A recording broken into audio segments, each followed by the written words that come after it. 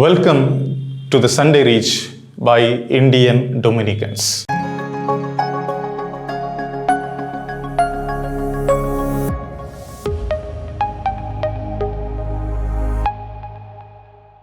Dear brothers and sisters in Jesus Christ, as we are entering into the 22nd Sunday in Ordinary Time, this Sunday's liturgy invites us to focus more on the features and the characteristics of a true religion.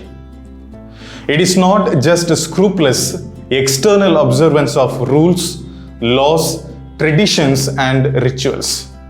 It is a loving relationship with God, which is expressed in obeying His commandments, worshipping Him, recognizing His presence in other human beings, and rendering them loving and humble service.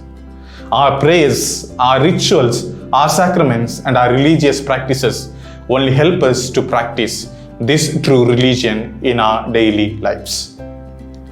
The first reading of the day explains that religion is a covenant relationship with a caring, providing, and protecting God, fostered by keeping His commandments which are given through Moses. God gave Israel the law so that the Israelites might keep their covenant with Yahweh and thank Him for His love and fidelity towards His chosen people. Dear brothers and sisters, we can see almost from the beginning of Jesus' public ministry, the scribes and the Pharisees were in opposition to Him, while the multitude of ordinary Jews followed Jesus.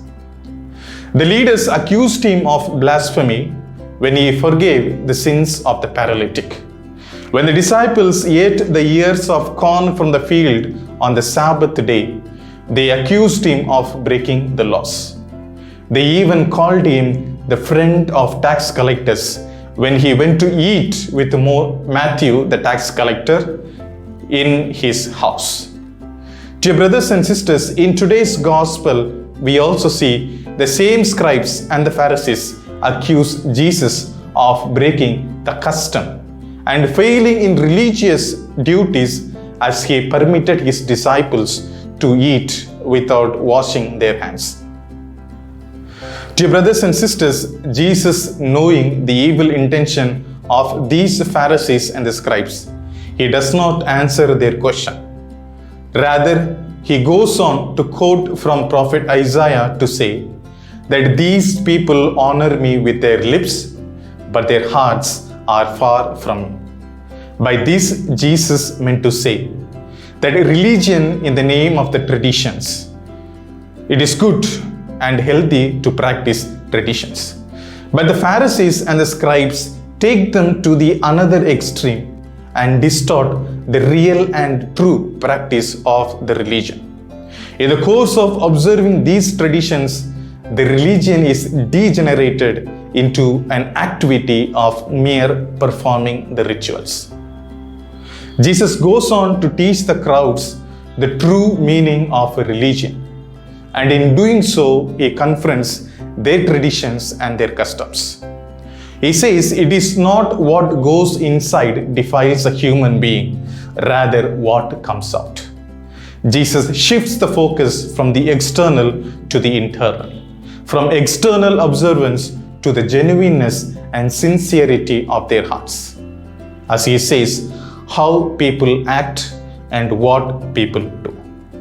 And in today's Gospel, chapter 7, verse 21, we read, "Not everyone who says to Me, Lord, Lord, will enter the kingdom of heaven, but only the one who does the will of My Father in heaven."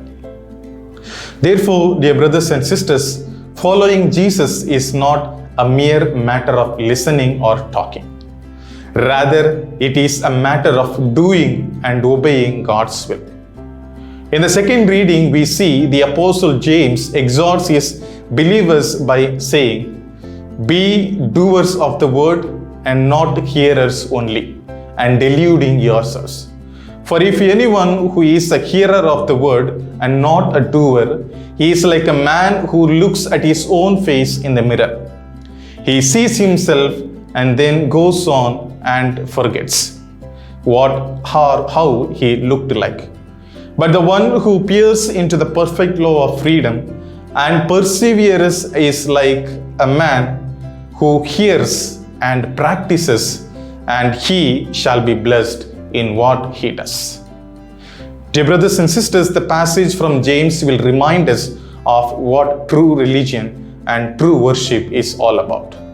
He goes on to say, religion that is pure and unclean before God the Father is this: to care for orphans and widows in their distress, and to keep oneself unstained by these mere rituals. What James is emphasizing is that the fact that our practice of religion, whether it is our liturgy or personal prayer, should make us more loving and compassionate human beings, rather than people who merely observe the law and forget in doing what the Lord intends.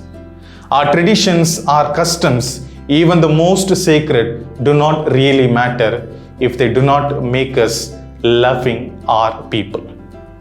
Therefore, dear brothers and sisters, let the words of Saint Augustine always echo in our own hearts, as he says, if you keep silent by love.